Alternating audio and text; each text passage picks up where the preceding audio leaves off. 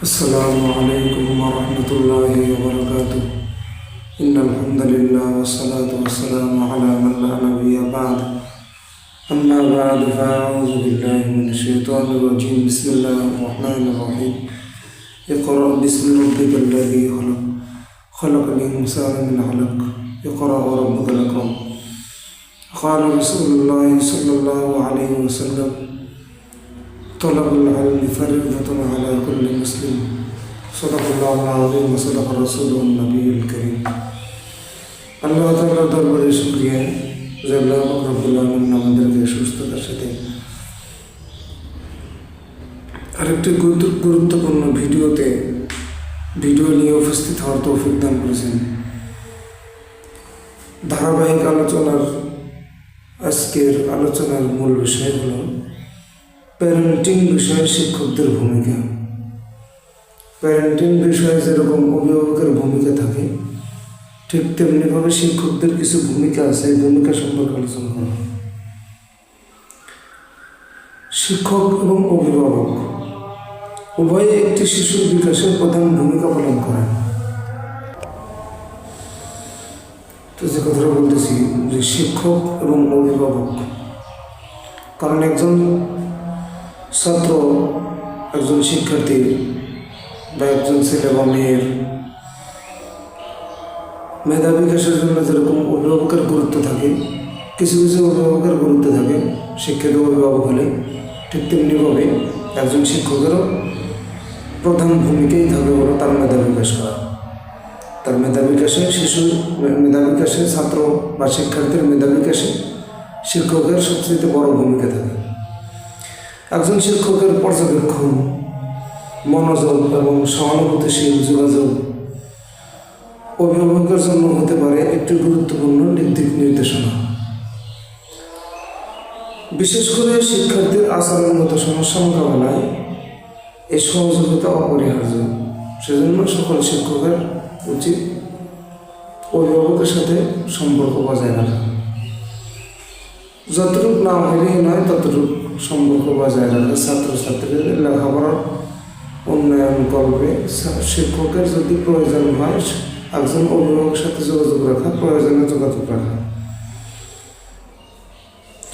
এখন শিক্ষকদের প্যারেন্টিং বিষয়ে ভূমিকা এটা কেন প্রয়োজন? শিক্ষকদের প্যারেন্টিং বিষয়ে ভূমিকা রাখা কেন প্রয়োজন? এ বিষয়ে চারটা পয়েন্ট আলোচনা করা হবে। শিশুর আচরণ শ্রেণীকক্ষে ও ঘরে উভয় জায়গায় সম্পর্কযুক্ত।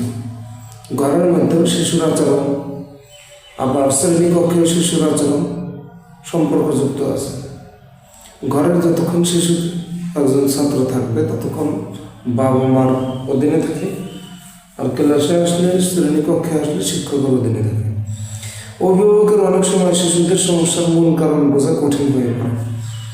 একজন ছাত্র মূল সমস্যার কারণটা কি, এটা অনেক সময় অভিভাবক ধরতে পারে না, কিন্তু শিক্ষক ঠিকই ধরে ফেলেন। শিক্ষক নিরপেক্ষ পর্যবেক্ষণ ভিত্তিক মত দিতে পারেন। একজন শিক্ষক নিরপেক্ষ এবং পর্যবেক্ষণ ভিত্তিক মতামত দিতে পারেন। সম্মিলিতভাবে সমাধান খুঁজে বের করা সহজ হয়। শিক্ষক এবং অভিভাবক উভয়ে সম্মিলিতভাবে সমাধান খুঁজে বের করতে সহজ হবে।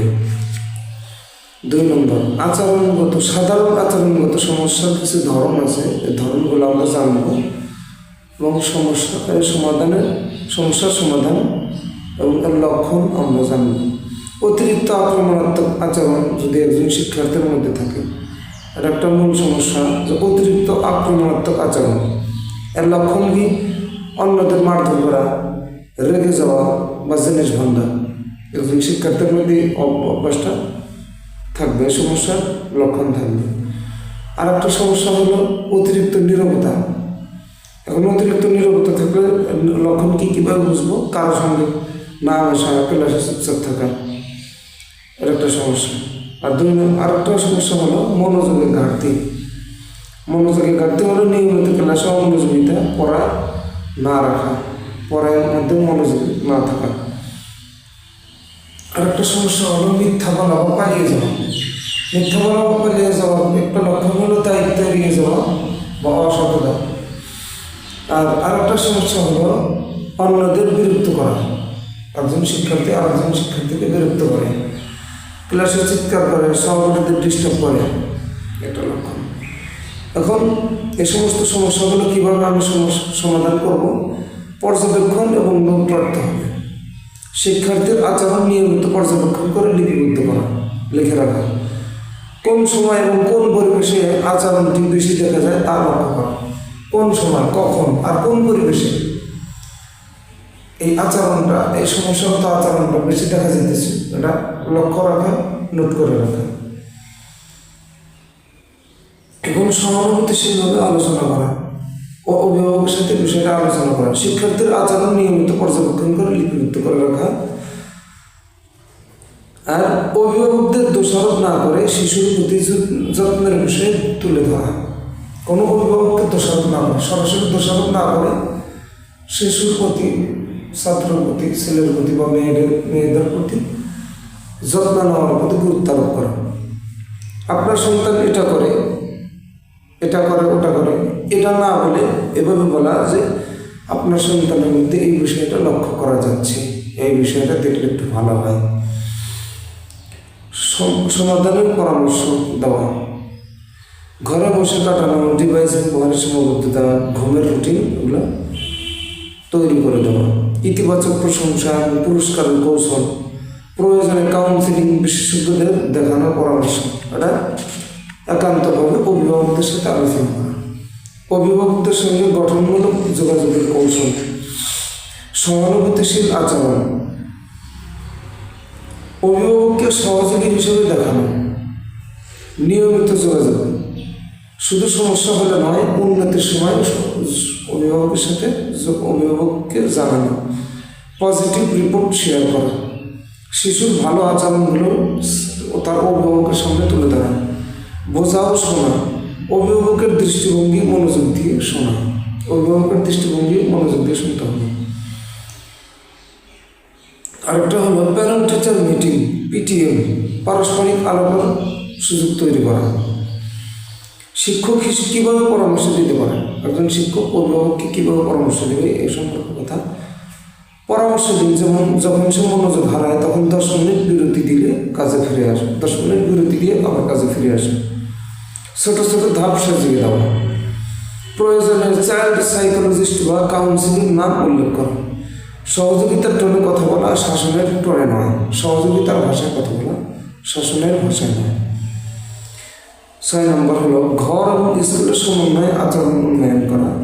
ক্ষেত্র মনোযোগ বৃদ্ধি, একটা মনোযোগ বৃদ্ধির একটা ক্ষেত্র। কীভাবে মনোযোগ বৃদ্ধি করবো? শিক্ষকের ভূমিকা কী থাকবে? ব্রেক সহ পাঠদান। একটা বিষয় পড়াইতেছে, এখানে ব্রেক, লাইন ব্রেক করে এই বিষয়টা নিয়ে আলোচনা করা। বাড়িতে পড়ার জন্য কিছু নির্ধারিত সময় তৈরি করা। আর ক্লোজ শৃঙ্খলা, নিয়মিত রুটিন অনুসরণ করা। আর অভিভাবকের ভূমিকা থাকবে হলো ঘরে শৃঙ্খলার চর্চা করা। শিক্ষকের ভূমিকা থাকতে হবে, অভিভাবকেরও ভূমিকা থাকতে হবে। আবেগ নিয়ন্ত্রণ, এখানে শিক্ষকের ভূমিকা হলো ক্লাসে ধৈর্য ধরে শেখানো, আর অভিভাবকের ভূমিকা হলো নিজে শান্ত থেকে শেখানো। তাহলে ছাত্রদের ক্ষেত্র 3টি। একটা মনোযোগ বৃদ্ধি করার ক্ষেত্রে শিক্ষকের ভূমিকা থাকবে ব্রেক সহ পাঠদান করা, আর অভিভাবকের ভূমিকা থাকবে বাড়িতে পড়ার নির্ধারিত সময় তৈরি করা। আর শৃঙ্খলা, শিক্ষকের ভূমিকা থাকবে নিয়মিত ক্লাস রুটিন অনুসরণ করা, আর অভিভাবকের ভূমিকা থাকবে ঘরে শৃঙ্খলা চর্চা করা। আর একটা ক্ষেত্র হলো আবেগ নিয়ন্ত্রণ, এখানে শিক্ষকের ভূমিকা থাকবে ক্লাসের ধৈর্য শেখানো, আর অভিভাবকের ভূমিকা থাকবে হলো নিজে শান্ত থেকে শেখানো। শিক্ষার্থীর আচরণ শুধুমাত্র তার দোষ নয়, এটা শিক্ষার্থীর আচরণ, এটা তার দোষ নয়। এটি পারিবারিক ও মানসিক অনেক বিষয়ের ফলাফল হতে পারে। তাই শিক্ষকের এবং অভিভাবক ও শিক্ষকের যৌথ প্রচেষ্টায় হতে পারে শিক্ষার্থীর পূর্ণ বিকাশ নিশ্চিত করতে। এক্ষেত্রে শিক্ষক শুধু একজন পাঠদাতা নয়, বরং একজন সহানুভূতিশীল গাইডলাইন হিসেবেও তিনি ব্যবহৃত হন। তার মধ্যে আজকের আলোচনার মূল বিষয় ছিল প্যারেন্টিং বিষয়ে শিক্ষকদের ভূমিকা।